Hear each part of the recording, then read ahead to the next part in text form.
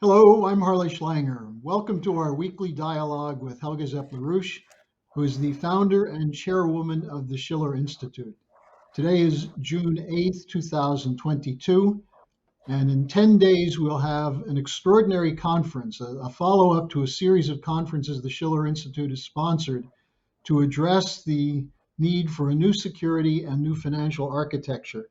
That conference is titled, There Can Be No Peace Without Bankruptcy Reorganization. And I think, Helga, that's the place we should start because right now it's looking like there's not going to be peace unless we can push through a bankruptcy reorganization. Yes, and obviously the $64 million question is, can we get the United States to cooperate with Russia, China, Europe, and other nations to set up a new global credit system, which would be the solution to this crisis? Now, this is a question, which I had posed in the previous Schiller conference on, I think it was May 26, to Ray McGovern and Senator Richard Black. And this is highly significant because the whole world right now is in such a turmoil. The war danger, there are those who want to have the war continue until Russia is ruined, as Baerbock is continuously saying, or Austin, who wants Russia to be cut to pieces, and many others talking like that. But there are also many countries now in a position where they do not want to be drawn into a geopolitical conflict between the US on the one side and Russia and China on the other side. And there are those who are pushing for negotiation and to get peace. But the big question everybody has in mind, or if they don't think about it, it is in the background. Can the United States be brought into a combination of countries who address the fact that the financial system is about to blow out in a hyperinflationary collapse or not? Because that will, in all likelihood be the question which will determine the outcome of this horrendous crisis. Now, the good news is that there are forces in the United States who are for that policy. That is very little known in the rest of the world because the mass media are uniformly blocking this out. But we just, and when I say we, I mean the LaRouche forces in the world, we just accomplished a major breakthrough in the form that Senate candidate Diane Sare won the nomination as a candidate for the state of New York by collecting far above 45,000 votes. And this has not been challenged by the electoral authorities. That means that in all likelihood, almost certain, unless Schumer, who is her counter candidate, would challenge this, Diane Sare will be a candidate as an independent on a LaRouche ticket in the upcoming November election. And actually, she will be the leading voice for this program to have Glass-Steagall, to have a national banking system in every country, to go for a new credit system, and go for a crash program for fusion power and space cooperation to increase the productivity of the world economy. So this is really good news. Now, if you think that, already the video of the interview we did a couple of weeks ago with Colonel and Senator Richard Black is now reaching almost 800,000 viewers, that the combination of Senator Black, who is a conservative patriot in the Republican Party, and Ray McGovern, who is one of the founders of the Veterans for Sanity in Intelligence, the VIPs, they sort of, if you take Senator Black, Ray McGovern, Diane Sare, they all represent different angles of the political spectrum of the United States. But I think it's important for the rest of the world to become more and more aware that there is such an opposition to the present course of confrontation. And this means there is a hope that the United States can go back to its policies of the American Revolution, to the policy of Lincoln, the FDR, Kennedy, and that we can hopefully solve this crisis in a peaceful manner. Now that may seem like a long shot, but that whole discussion will be featured at our upcoming Schiller conference, which you just mentioned, Harley.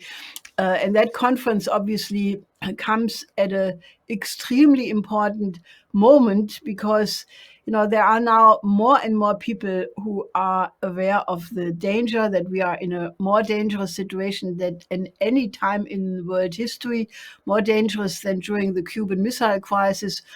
But very few people outside of ourselves, if any, are talking about addressing the reason why we are in this war danger, which is the absolute desolate condition of the world financial, especially the transatlantic financial system, and what to do about it. And that obviously has to be answered with the four laws of my late husband, Lyndon LaRouche. And Diane Sare is absolutely the spokeswoman for that outlook. So she will obviously be a very prominent speaker at our upcoming conference. So you should really help to make that conference known, because it adds a new perspective, which most people are completely unaware of, but it completely changes the view of where we are strategically.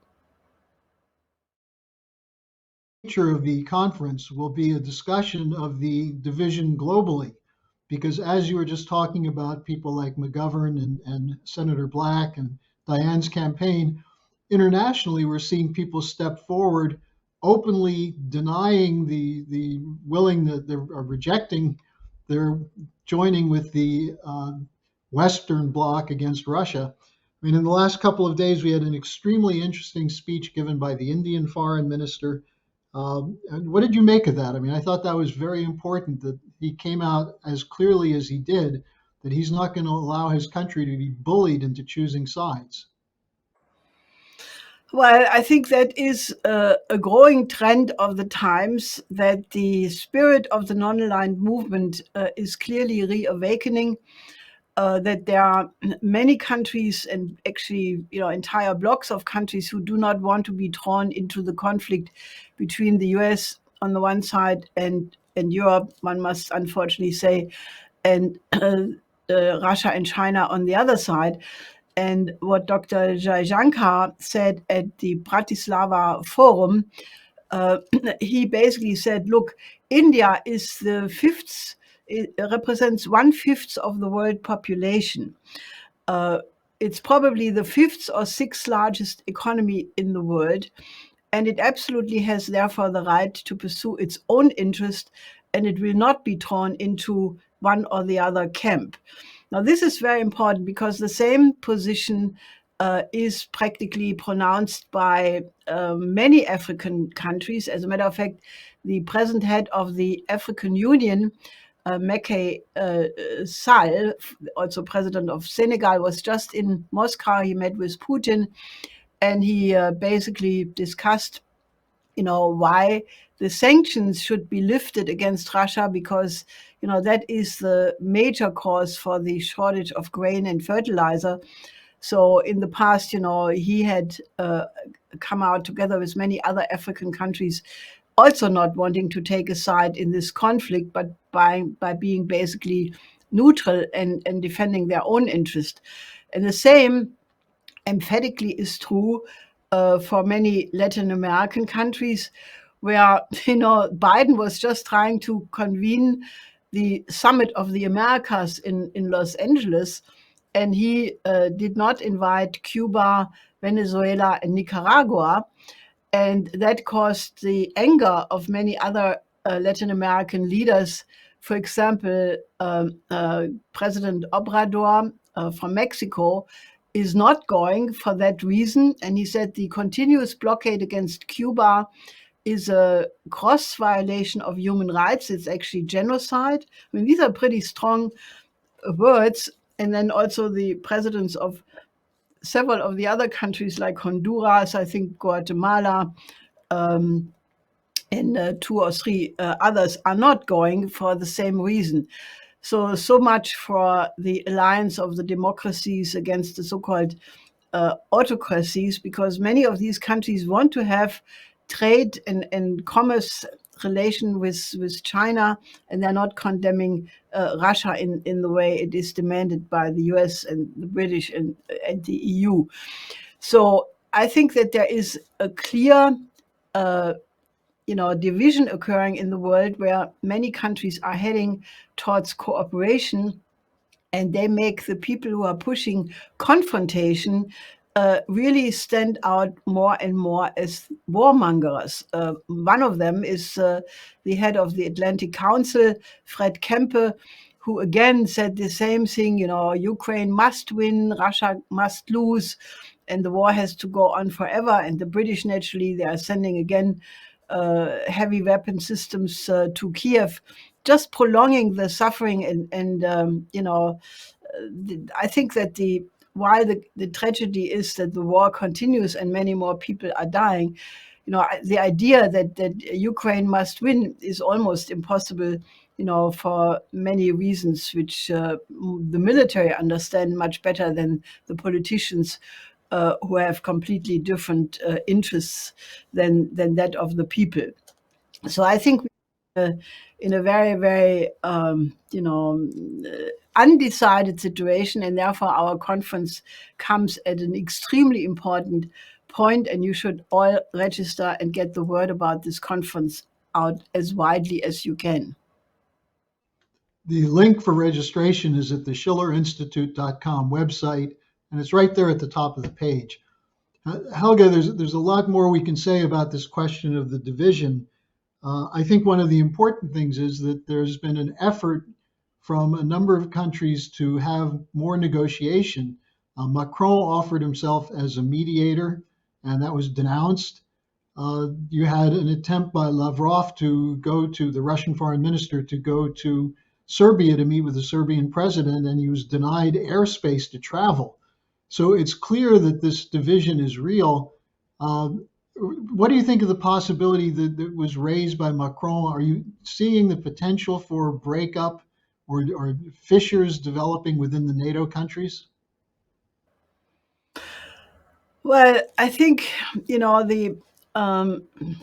I think the situation becomes so absolutely outrageous in real terms. If you think, for several NATO countries, I think it was North Macedonia, Bulgaria, and one other country, who denied Lavrov's airplane to fly into Serbia, where Lavrov wanted to attend a big conference.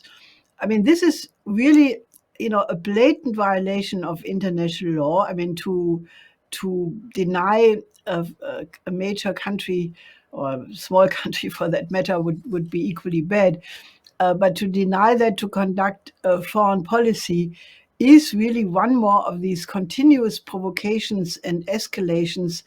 And I think I can imagine that anybody in Europe, who is thinking through that if it comes to war as a result of these escalations, Europe would vanish. There would be not much left of Europe if it would come to a nuclear war.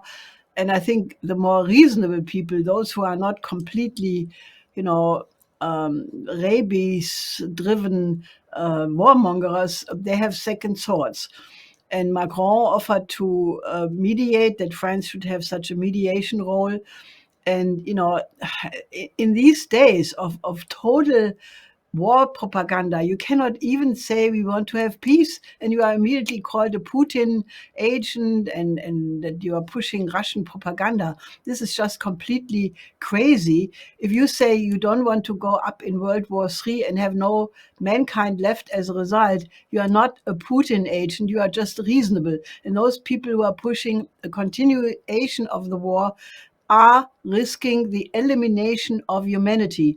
And if you want, so one Putin agent just spoke out, and I'm saying this naturally ironically, and that is Pope Francis, because he made an urgent appeal to the leaders of the world to not drive the world into a catastrophe and to go for negotiations. And that is the only reasonable thing to do. Now, while all of this is occurring, of course, we're seeing the financial disintegration. You mentioned before the discussions that Putin is having with others about making sure grain can be delivered, because we have not in any way escaped the danger of large-scale starvation. But we're also seeing some in the West beginning to acknowledge that a financial crisis is going to hit with a huge thud. One of whom was Jamie Dimon from JP Morgan Chase, who said we're about to have a hurricane coming. Why do you think he's putting out this warning now? Well, because, you can see how these central banks are, dancing around between wanting to fight inflation because the hyperinflation, which is visible, and it isn't hyperinflation, it's making certain categories so expensive, like food, energy, that large segments of the population in the so-called rich countries are not making it anymore. And naturally, the developing countries are going under, like Lebanon and many others are in terrible crises. So the central banks want to play around with the idea of increasing the interest rate to fight the inflation. But naturally, that involves the immediate danger of a blowout of the over-indebted corporations and emerging markets. So you are sitting on a complete powder keg, and I think Jamie Dimon is one of the people who know when he says a very dark, very very big hurricane may be coming, then that's exactly what is coming. It is the danger of a complete blowout of the financial system and a breakdown crisis of describable dimensions. And that is why the idea of an orderly reorganization of the system, starting with a global Glass-Steagall capital controls for the developing countries, is so absolutely essential. And you can actually see that in some parts of the world there are preparations being made. There was just a very important conference in Bishkek where the countries of the Eurasian Economic Union met. And they discussed the installment of a new financial system based on principles of physical economy.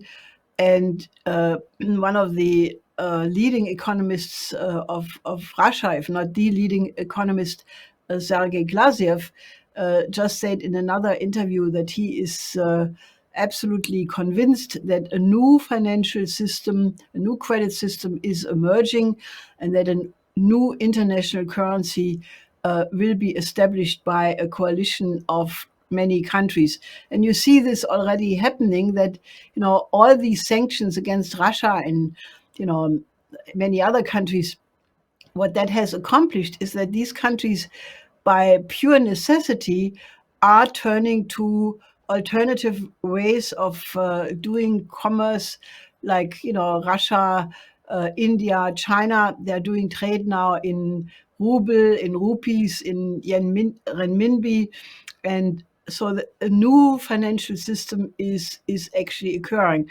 And the West, the Europeans and the United States, and unfortunately now Japan is in that camp, but they pretend everything can be pushed through by mere force. But it leads to, the danger is this discussion of a complete split. And there are people who say that the Europe can manage. We don't need the trade with Russia or with China even, because supposedly the East European markets are so fantastic. This is ridiculous. If you take all the East European markets, naturally except Ukraine, which is in a complete economic catastrophe, you're talking about tens of millions of people. And when you're talking about this other formation I was just mentioning, China, 1.4 billion. India, 1.4 billion. And then, you take many of the other countries in addition. So you're talking about the vast majority of mankind. And if Europe thinks they can do without it, they will have a very rude awakening. And I think they are driven by ideologues and not by people who have any knowledge about the economy. Well, speaking of people who have no knowledge about economies, we saw a real contrast this week with Joe Biden speaking out on inflation, which, of course, he said, on the one hand, it's good because it's a sign of a recovery. On the other hand, it's bad because it's caused by Putin. We saw Janet Yellen, former Federal Reserve Chairman, admit that she was wrong when she said that inflation was going to be modest, but then she still has no program. And then Jerome Powell, the current head of the Fed, is caught, as you pointed out before, between the danger of if you raise rates too much, you trigger a chain reaction debt default, and if you don't raise it, you're going to have hyperinflation. In contrast to that, Vladimir Putin gave a very interesting talk on June 3rd, where he identified the cause of inflation as the monetary policy and also the green policy. What did you mentioned Glaziev? What did you make of Putin's speech? Well, I think Putin's analysis is to the point. I mean, anybody who followed the last 14 years by now, since 2008, the money printing of trillions and trillions of dollars, euros, which were pumped into the system, have created this entire bubble. And I think Putin is also absolutely right that the increase in the price of energy and food was there long before the Ukraine situation erupted. So, I mean, it's becoming more and more clear that, you cannot make a narrative because it fits your goals and interests when the reality is galloping in a completely different direction. Well, that's important, reality versus narrative, because all we're being fed in the West are narratives. But if you try to get to reality, it seems as though there's much more direct, almost fascist style censorship being carried out, including here in Germany. Well, what is actually going on is really causing a lot of people to wake up. I mean, if you say anything which is not the official narrative about Putin and Russia and so forth, but if you dare to say that there was a history before, that you have to take it back to, the collapse of the Soviet Union, the promises not to expand NATO, if you even dare to mention any of that, you're being slaughtered right away and you're being called a Putin agent. Interestingly enough, this just happened in a TV show in Germany with this moderator Lanz, who had Ulrike Gero as a guest, and this FDP Strack Zimmermann, who is a real militaristic bellicose woman. In any case, what happened in that show is that Miss Gero dared to say that there was a prehistory and there should be negotiations. She is mainstream. She is as establishment as you can get. She used to be in the European Council of Foreign Relations. I don't know if she's still there. She's now a professor in Bonn. And she was ripped apart in that program. And this is causing now a huge debate, especially in the alternative blogs and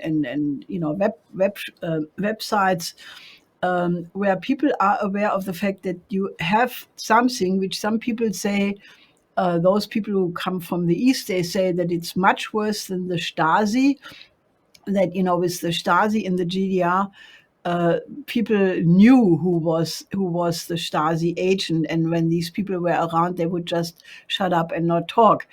And they say it's now much, much worse because now you don't know who is popping up as as somebody who will denounce you if you say just one word wrongly. And other people say it's worse than Goebbels, because it's a complete control of what is allowed to be said and what not. And I find this really remarkable because, if you think that these are all journalists and politicians who were there, you knew ahead of time before the outbreak of the war in February in Ukraine, that they were pro-Atlanticist and, had a certain idea about the world. But what has happened since this so-called time change, as Scholz is calling it, Zeitenwende, these people all turn into raving attack dogs. And it is an atmosphere which is created, which is absurd. It's the worst in Germany for sure. For example, in Italy, you have now many military who are saying things which in Germany you would get immediately slaughtered if you would say it. For example, Brigadier General Fabio Mini, who used to be the commander of the KFOR troops under NATO command in Yugoslavia, in the Balkans, he basically, said that it was not Putin who caused the war, but it was the fact that the Ukrainian army, with the consent of the US, was preparing an attack on the Crimea. And that they also had amassed a very large part of the Ukrainian army along the Donbas border, or the line which separates the Donbas, and that the shelling had increased 20 times in the days between 21st of February and the 24th. So that in a certain sense, what Putin did was a reaction to prevent this attack from occurring. That, by the way, has been said by many others. For example, there is a Swiss military analyst, Jacques Beau. He said the same thing. And many other military people have expressed the same thing. So it's very interesting that just a couple of days ago, Ellen Taylor, who is the daughter of the U.S. prosecutor at the Nuremberg tribunal, who basically came out and said exactly the same thing. She said that she was, as a young child in Nuremberg, and that the NATO expansion does fulfill a conspiracy to prepare a war of aggression, and that the establishment of missile systems and bases along the Russian border is an expression of such a conspiracy to prepare a war of aggression. Now, she has, a right to have that view because, she has a certain experience. She said that, and I think, that you cannot discuss the prehistory of how a conflict evolved, basically precludes the possibility that you find a solution, because a solution has to take into account the interest of all sides. And if you can't do that, if you go for a total defeat of the one side, when it is practically impossible, given the fact that you are talking to the second largest or maybe even largest nuclear power on the planet, it is really a very ominous situation. But I think this mind control, or this effort to have a complete top-down control, what is allowed to be said, it's really, what about democracy? What about human rights? I think, this is going to boomerang in a big way. Well, I think it already is boomeranging. And Helga, you've been playing a leading role at the center of this mobilization for a conference to establish a new security and financial architecture. Again, I think as we come to the end of the program, it would be very worthwhile for you just to give people your sense of what we intend to accomplish with this conference.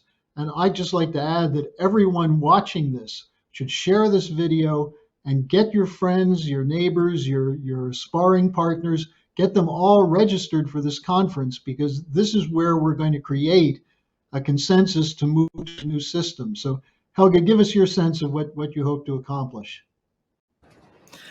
Well, we need a coalition of people who say that, the world is in the worst crisis ever. We have never been in such a danger to have nuclear war, a third world war, which would be the extinction of the human species. We have never seen such a global breakdown crisis of the financial system expressing itself in hyperinflation. We have a world famine which threatens 1.7 billion people on the planet. We have a pandemic which is not over, and many regional conflicts, like China, Taiwan, new signs of worry around Iran. So we want to have a new paradigm, and we have to have a coalition of countries and voices and forces in the world who basically say we have to move away and above geopolitics, and we have to have a new financial system. We have to have a new world economic order which allows the survival and well-being of every human being on the planet, and that is the will of the majority of the human species. So as a highlight of this conference, we will have Diane Sare, who will be a candidate for the Senate of the United States in New York. And, this is hope, because she will be a leading voice in the next several months until the November election. So if you want to get to know the opposition in the United States, you absolutely have to tune into this conference and become an active organizer for it. And again, you'll find the link at the schillerinstitute.com. Register now and help us register hundreds more. We need this voice heard around the world, but especially throughout the United States and Western Europe. So Helga, thanks for joining us today, and we'll be looking forward to talking to you again next week. Yes, talk to you next week.